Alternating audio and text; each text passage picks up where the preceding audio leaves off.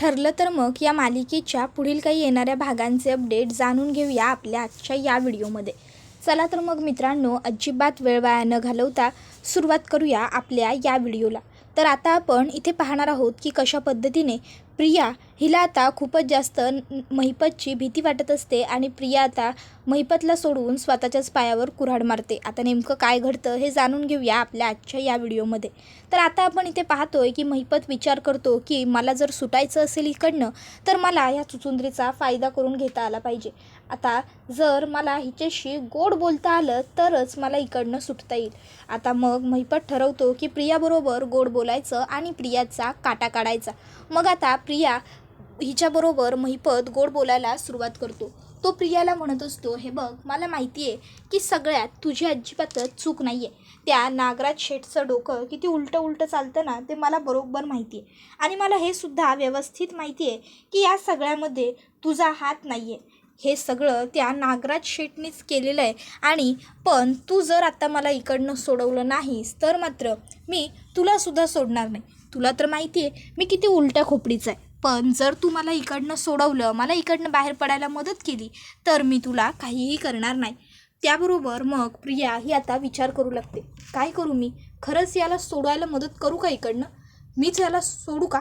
नाही, तसंही जर महिपत इकडनं सुटला तर मग माझी काही खैर नाही. त्यामुळे मी याला इकडनं सोडवणं, याला मदत करणं हेच माझ्यासाठी योग्य ठरेल.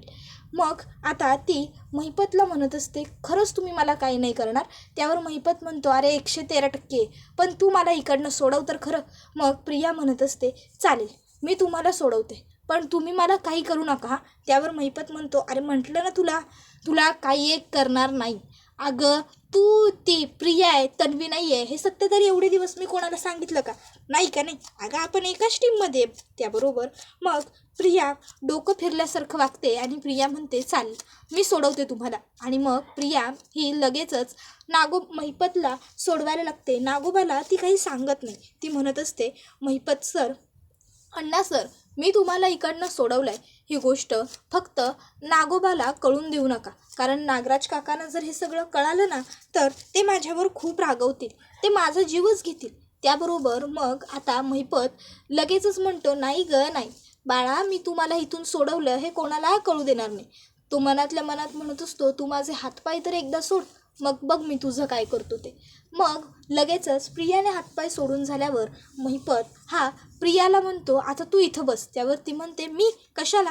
त्यावर महिपत म्हणतो, अगं बस तर बस. आता प्रिया बसत नसते. मग महिपत तिच्या हाताला धरतो आणि तिला खाली बसवतो आणि आता तिचे हातपाय बांधू लागतो. प्रिया म्हणत असते, अण्णा सर, हे तुम्ही चुकीचं वागताय. अण्णा सर, मी तुमची एवढी मदत केली, तुम्हाला इकडनं सोडवलं आणि तुम्ही माझ्याबरोबरच हे असं वागाल? तुम्ही मलाच इकडे डांबून ठेवाल? नाही अण्णा सर, तुम्ही चुकताय, तुम्ही असं नाही करू शकत अण्णा सर. त्याबरोबर महिपत म्हणत असतो, वचन बिचन सगळं आपल्याला नाही सांगायचं. ही सगळी ती फालतू कामं आपण नाही करत. आपण आपल्याला जे पाहिजे का नाही तेच करतो. आता तो तुझा नागराज आला की सांग त्याला, मी पळून गेलो आणि आता तुला सोडत नसतो. त्याबरोबर प्रिया म्हणत असते, अण्णा सर थांबा, अण्णा सर ऐका, अण्णा सर प्लीज जाऊ नका. पण महिपत तिचं काही एक ऐकत नाही आणि म्हणतो, महिपत आता कुठंच थांबत नसतो. आता अशा पातळात जाऊन बसतो का तूच काय, तुझा बाप तर जिवंत आहे ना. तुझा तो खोटा बाप आणि तुझा तो खरा बाप दोघं एकत्र तरी झाले का नाही तरी मला शोधू शकणार नाही. अशा पातळात जाऊन बसतो. बघ आता तू ह्यो महिपत काय करतो ते. नाही जर तुला आणि त्या नागोबाला, त्या नाग्याला जिवंत मरण यातना भोगायला लावल्या का नाही तर ह्या बी नाव सांगणार नाही. महिपत शिखरे, माझ्या जीवाबरोबर खेळ करताय काय? अरे आजपर्यंत कितीतरी लोकांना असं सडळ हाताने मी वर पोचवलंय आणि माझ्याबरोबर तुम्ही गेम खेळणार, माझा गेम करणार तुम्ही? अरे लायकी आहे का तुमची माझा गेम करण्याची? आता अवकातीत राहायचं, कळलं ना? एवढं बोलून आता नागराज यालासुद्धा मी सोडणार नाही आणि तुलासुद्धा मी सोडणार नाही असं म्हणून महिपत हा आता तिकडनं बाहेर पडतो. बाहेर पडल्या सगळ्यात आधी तो त्याच्या एका माणसाला फोन करतो आणि त्याला सांगतो की मी आपल्याच एका गोडाऊनच्या बाहेर आहे. गोडाऊनवर लवकर ये, गाडी घेऊन, आणि मला इकडनं घेऊन जा. मग तो माणूस गाडी घेऊन यायला लागतो. तर इकडे प्रिया विचार करते, खूप मोठी चूक केली मी. माती खाल्ली. माती नाही तर मी ढिगाने कुंठलभर माती खाल्ली. काय गरज होती मला ह्या महिपतच्या झाशात येण्याची? कशाला सोडवला मी याला? आता हा मला सुद्धा सोडणार नाही आणि नागोबाला सुद्धा सोडणार नाही. आणि मुळात जेव्हा नागोबाला कळेल की हे सगळं मी स्वतःहून ओढवून घेतलं, मी स्वतःहून महिपतला इकडनं सोडवलं, तेव्हा नागोबासुद्धा माझ्यावर खूप जास्त चिडेल. नागोबा मला जिवंत ठेवणार नाही. नागोबा माझं काय करेल मला काहीच सांगता येत नाही. पण आता मी काय करू? आता मी सगळीकडूनच अडकली आहे. एका बाजूने महिपत, एका बाजूने नागोबा. आता मी मेले. काय गरज होती तुला प्रिया आगाऊपणा करण्याची? काय गरज होती? असं आता ती स्वतःलाच दोष देत असते. ती आता तिथे बसून बसून म्हणत असते, सोडवा मला, सोडवा, कोणी आहे का, कोणी आहे का? नंतर ती म्हणते, अरे कोण असणार आहे ह्या निर्मनुष्य जागी? आम्ही महिपतला कोणी त्याला मदत करायला येऊ शकत नाही अशाच ठिकाणी आणून कोंडलं होतं ना. मग आता इथे मी ओरडून ओरडून काय मिळणार आहे मला? कोण असणार आहे इथे? कोणी नाही आहे इथे प्रिया, कळतंय का तुला? आता इथे कोणीही तुझी मदत करायला येणार नाही आहे. आता इथे तू मरणार, आता तू इथेच राहणार, डांबली गेली आहेस आता तू इथे, असं सगळं आता प्रिया म्हणत असते. आता प्रिया प्रचंड घाबरलेली असते. तिच्या फोनवरती फोन येत असतात सतत, पण ते फोनसुद्धा तिला उचलता येत नसतात. तिला वाटत असतं, अरे मी फोनही उचलू शकत नाही आहे. तर आता ते सगळे फोन करत असतो अश्विनला वाटत असतं की तन्वी गेली कुठे? म्हणजे ही सांगून गेली होती की ती लग्नाला जाऊन आली आहे, तर जरा काहीतरी मैत्रिणींना वगैरे भेटायला जाते म्हणून, आणि अजून हिचा पत्त्या कसा नाही आहे? राहिली कुठे तन्वी? मी एवढे फोन करतोय पण फोनही उचलत नाही आहे. तन्वी उचल, फोन उचल. पण प्रिया मात्र फोन उचलतच नसते, अर्थात ती उचलू शकत नसते. ते काहीही असलं तरी इकडे अश्विनला मात्र आता तिची खूपच जास्त काळजी वाटत चाललेली असते. मग अश्विन विचार करतो, मी तन्वीच्या मैत्रिणींना कॉल करू का? पण तिच्या कुठल्याच मैत्रिणींचे नंबरही माझ्याकडे नाही आहेत. ती मॉमला काही सांगून गेली असेल का? मग आता अश्विन कल्पनाकडे येतो आणि कल्पनाला विचारतो, मॉम तन्वी घरात नाही आहे, ती तुला काही सांगून गेली आहे का? त्यावर कल्पना म्हणत असते, अरे अश्विन, ती कधी मला काही सांगून जाते का? नाही, लग्नाला ती तिकडे जाणार होती, तर ही गोष्टसुद्धा तिने कुठे सांगितली आम्हाला? नाहीच ना सांगितली. लग्नात तिने काय काय पराक्रम गाजवलेत ना, हे तुला माहीत नाही आहे. इतके पराक्रम केले लग्नात की नंतरनं लाज वाटली आणि म्हणून कुठेतरी जाऊन जी बसली ती पुन्हा लग्न संपून गेलं. पार नवरी घरात गृहप्रवेश करून गेली तरीसुद्धा तिकडे आली नाही ती. इतके पराक्रम केलेत. आता लाज वाटत असेल माझ्या आणि यांच्यासमोर येण्याची, म्हणून कुठेतरी खोलीबिलीतच बसून राहिली असेल. त्याबरोबर आता अश्विन म्हणत असतो, मॉम नाही आहे तन्वी घरात, कळतंय का तुला? ती घरातच नाही आहे. शी, तुम्हाला खरंच काहीच फरक पडत नाही का की तुमची धाकटी सून घरात नाही आहे? मी वेड्यासारखा तुमचा मुलगा तिला शोधतोय आणि तुम्ही मात्र इकडे माझी मस्करी करताय. ती घरात नसल्याचा तुम्हाला खरंच इतकासाही फरक पडत नाही आहे का? इतके कसे स्वार्थ्यासारखे वागू शकता तुम्ही मॉम डॅड? खरंच जेव्हा ती सायली ती हरवली होती, ते चाइल्ड ड्राफ्टिंगच्या केसमध्ये तिला अरेस्ट झाली होती, तेव्हा तुम्हाला सगळ्यांना किती काळजी वाटत होती तिची? किती विचार करत होतात तुम्ही तिचा? असो, माझ्या तन्वीचा विचार कोणी नाही केला ना तरी मला फरक पडत नाही. तिच्यासाठी तिचा नवरा, तिचा अश्विन पुरेसा आहे. असं म्हणत आता अश्विन रविराज काकांना कॉल करतो आणि म्हणतो, काका, अरे तन्वी दिवसभर घरात नाही आहे, आता रात्र होत आली तरी ती अजून घरी आलेली नाही आहे. ती तिकडे आली आहे का? तुमच्याकडे आहे का ती? त्यावर रविराज काका म्हणतात, अश्विन, कोण तन्वी? कोणाबद्दल बोलतोयस तू? माफ कर नाही, मला कोणी तन्वी वगैरे मुलगी माहिती नाही आहे. कोणी मैत्रीण वगैरे आहे का तुझी? आमचा त्या मुलीशी काही संबंध नाही आहे. आणि मग लगेचच तो फोन कट करून टाकतात रविराज काका. त्याबरोबर आता इकडे नागोबाने रविराज काकांचं आणि अश्विनचं बोलणं ऐकलेलं असतं. मग नागोबा विचार करतो, प्रिया घरी गेलेली नाही आहे, म्हणजे प्रिया अजूनही त्या महिपतजवळच आहे. बाप रे, काही गरज होती हिला अजून तिथे थांबण्याची? गुपचूप घरी यायचं होतं तर. असो, गुंगीचं औषध त्या महिपतला हिने दिलं असेल ना व्यवस्थित? का महिपतनेच हिलाच गुंगी दिली आणि महिपतच गायब झाला असेल हिच्यासमोरनं? नाही, काहीतरी गडबड नक्की आहे. मला जाऊन बघितलं पाहिजे. पण नाही, आज मी घराबाहेर पडायला नको. कालच मला दादाने वॉर्निंग दिली आहे, जर आज मी घराबाहेर पडलो तर दादाला माझ्यावरती शंका येईल आणि सध्या दादाला माझ्यावरती शंका आलेली मला परवडणार नाही. त्यामुळे आजचा दिवस मला कळ काढावीच लागेल. आज माझ्या मनात कितीही असलं तरी मला कुठेही जाता येणार नाही आहे. मला घरातच थांबून राहावं लागेल. हा सर्व मूर्खपणा आहे ना त्या सुमनने केला. तिनेच दादाला सांगितलं असणार ना की मी घरात दिवसभर राहत नाही, मी बाहेरच असतो, भटकत असतो वगैरे वगैरे. सुमन तुझा आगाऊपणा ना असा तो विचार करत असतो. तर दुसरीकडे आता अश्विन विचार करतो तन्वी कुठे गेली असेल, काहीच कसं कळत नाही आहे तिच्याबद्दल, काय करू काय. अश्विन बिचारा आता दुसऱ्या दिवशीसुद्धा विचारच करत असतो काय झालं असेल, कुठे असेल ती. तर इकडे आता तो सतत प्रियाच्या फोनवर फोन करत असतो, पण प्रियाला फोन उचलताच येत नसतात. आता प्रिया ही मात्र तिथे तशीच बसून असते.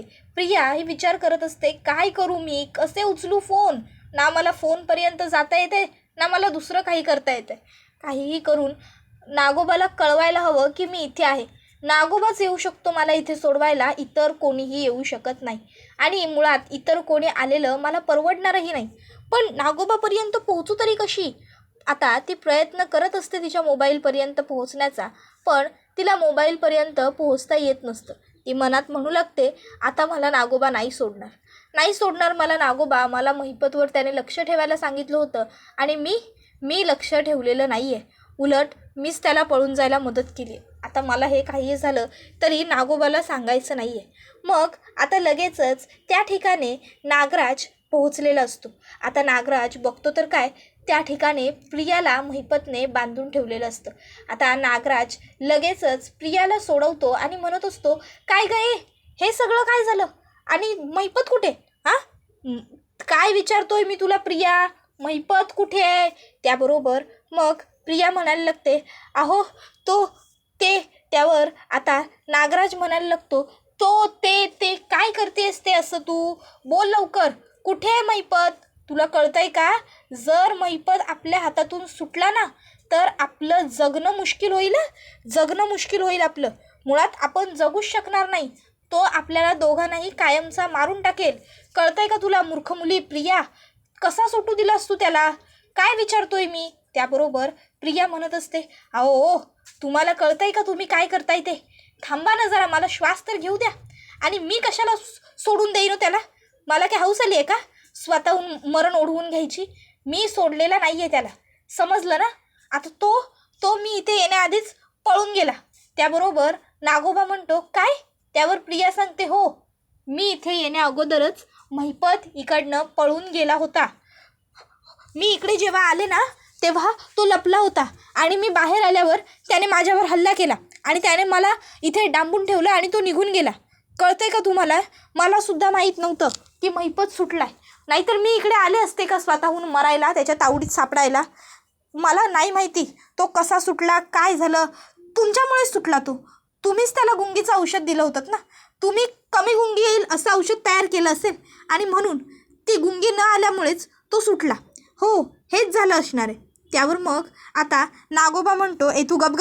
त्यावर प्रिया म्हणते गबग काय गबग, मी मुळात चुकीचं बोलतच नाही आहे, मी जे बोलते ना तसंच घडलं असणार, म्हणूनच महिपत सुटला.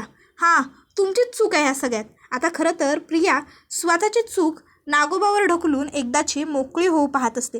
नागोबा तिला म्हणतो ते सगळं आपण नंतर ठरवू, तू आधी घरी जा. घरी त्या अश्विनचा तुला शोधून जीव नकोसा व्हायला आलाय, जा लवकर घरी बघ, आता नवीन संकट तुझी वाट बघते. मग प्रिया घरी येते. आता घरी आल्याबरोबर लगेचच हॉलमध्ये बसलेला अश्विन तिच्याकडे धावत येतो आणि तिला म्हणत असतो तन्वी काय गं कुठे होतीस तू, मी किती कॉल केलेत तुला, तू एकही कॉलला रिप्लाय का दिलेला नाही आहेस, कशी आहेस तू ठीक आहेस ना, तुला काही होत आहे का. त्यावर मग ती आता म्हणायला लागते अरे अश्विन असं काय करतोयस, मी म्हटलं होतं ना तुला मी माझ्या मैत्रिणीकडे जाते म्हणून, मी तिकडेच गेले होते मैत्रिणीकडे. त्याबरोबर हे ऐकून आता मग मात्र अश्विन खूपच जास्त चिडतो. अश्विन म्हणतो काय, तू रात्रभर तुझ्या मैत्रिणीच्या घरी होतीस तन्वी. त्यावर ती म्हणते हो ऑफकोर्स, मी सांगून गेले होते ना तुला की मी माझ्या मैत्रिणीकडे चालली आहे म्हणून, मग अर्थात मैत्रिणीकडेच होते मी. त्याबरोबर मग आता मात्र इकडे अश्विन चिडतो. तो म्हणत असतो बावळट आहेस का तू, मूर्ख आहेस का तन्वी, अगं मूर्ख मुली, मी इथे तुझी काळजी करत बसलोय, तुझ्या काळजीने मला रात्रभर झोप लागली नाही आहे, तुला एक फोन करून मला कळवता आलं नाही का सगळं? त्याबरोबर ती म्हणायला लागते, सॉरी अरे अश्विन, मला वाटलं की मी सांगून गेली आहे तर तू काळजी वगैरे करणार नाहीस आणि मी माझं फोनवर लक्षच नव्हतं. त्याबरोबर अश्विन जोरात तिचा हात पकडतो. आता प्रियाला हात पकडल्याबरोबर दुखतं आणि प्रिया म्हणते, ऐ ग आह.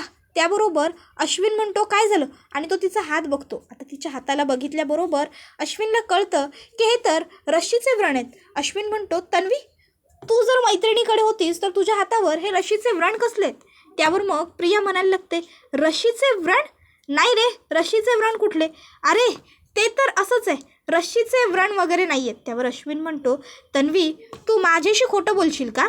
नाही, काय ना, तू खोटं बोलूही शकली असतीस, पण तू विसरत असशील तर तुला आठवण करून देतो.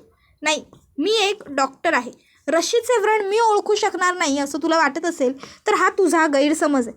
अशा कितीतरी केस आमच्याकडे येतात ज्याच्यामध्ये मुलीवरती अत्याचार झालेले असतात किंवा नवऱ्याने छळ केलेला असतो, बांधून वगैरे मारलेलं असतं, आणि तेव्हा ह्या अशा केस मी बघतो. त्यावर प्रिया आता अश्विनवर आवाज चढवते आणि किती प्रश्न विचारशील, मला जरा फ्रेश होऊ दे, आवरू दे, नंतर बोलू आपण, एवढं बोलून ती तिकडनं निघून जाते. आता हे सगळं कल्पना बघते. कल्पना विचार करते, आधी तर तन्वी अश्विनबरोबर जुळवून घेण्याचा प्रयत्न करत होती, पण जेव्हा अश्विनने तिला उलट प्रश्न विचारायला सुरुवात केली, क्रॉस चेक करायला सुरुवात केली, तेव्हा तिने अश्विनवर आवाज चढवला आणि ती तिकडनं निघून गेली.